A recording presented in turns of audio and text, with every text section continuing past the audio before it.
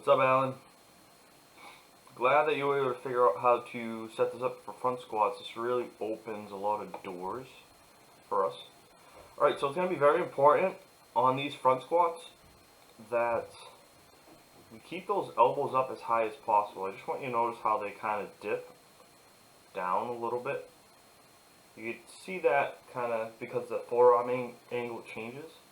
Actually, I'll slow it down so you can see a little bit better. So as you come down, you want to drive your elbows up, keep your chest up, keep your elbows up. And you see that shifting?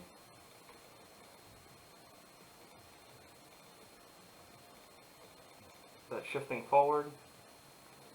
Alright. I don't want that, okay? Elbows up, up, up, up. You see how it shifts forward? Right there, okay? Alright, the weight's light enough. So, drive the elbows up and out as soon as you start approaching the hole. We don't want to see any movement in the elbow angle at all. Alright? What that's going to do, that's going to improve your T-spine mobility. So we can't compensate for that because when the weight gets heavier, the way you're going to feel is you're going to dump your elbows. So I don't want that. So we're going to stay with this weight range. And on the front squats, I need you to drive the elbows up and out as soon as you start approaching the hole, okay? Push presses. So I had no idea you had a rack, so I thought you were just going to clean it up into the front rack position, which is totally fine. Alright, so this front rack position, I want the rack position just like your front rack position, okay? For your front squats. Alright, you're holding it kind of like strongman style, but I need it in a nice front rack position. Alright, and the reason being is when you go to dip, notice how that bar kind of moves around. It's kind of floating on your arms. So I want it more supported by your torso, by your skeleton, okay? So put it in the front rack position like you're going to do a front squat, and then execute your push press like that, okay?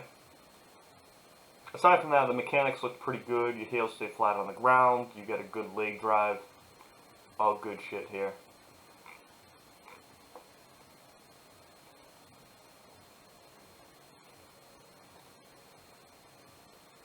Yeah, because we have not a lot of weight to work with.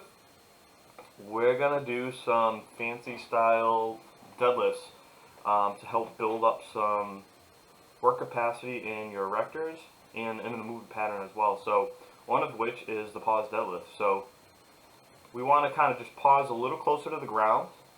I want it so close to the ground that if I had a piece of paper, I could slide the paper between the plate and the floor, but when I pull it, there'd actually be a little bit of drag on there, okay?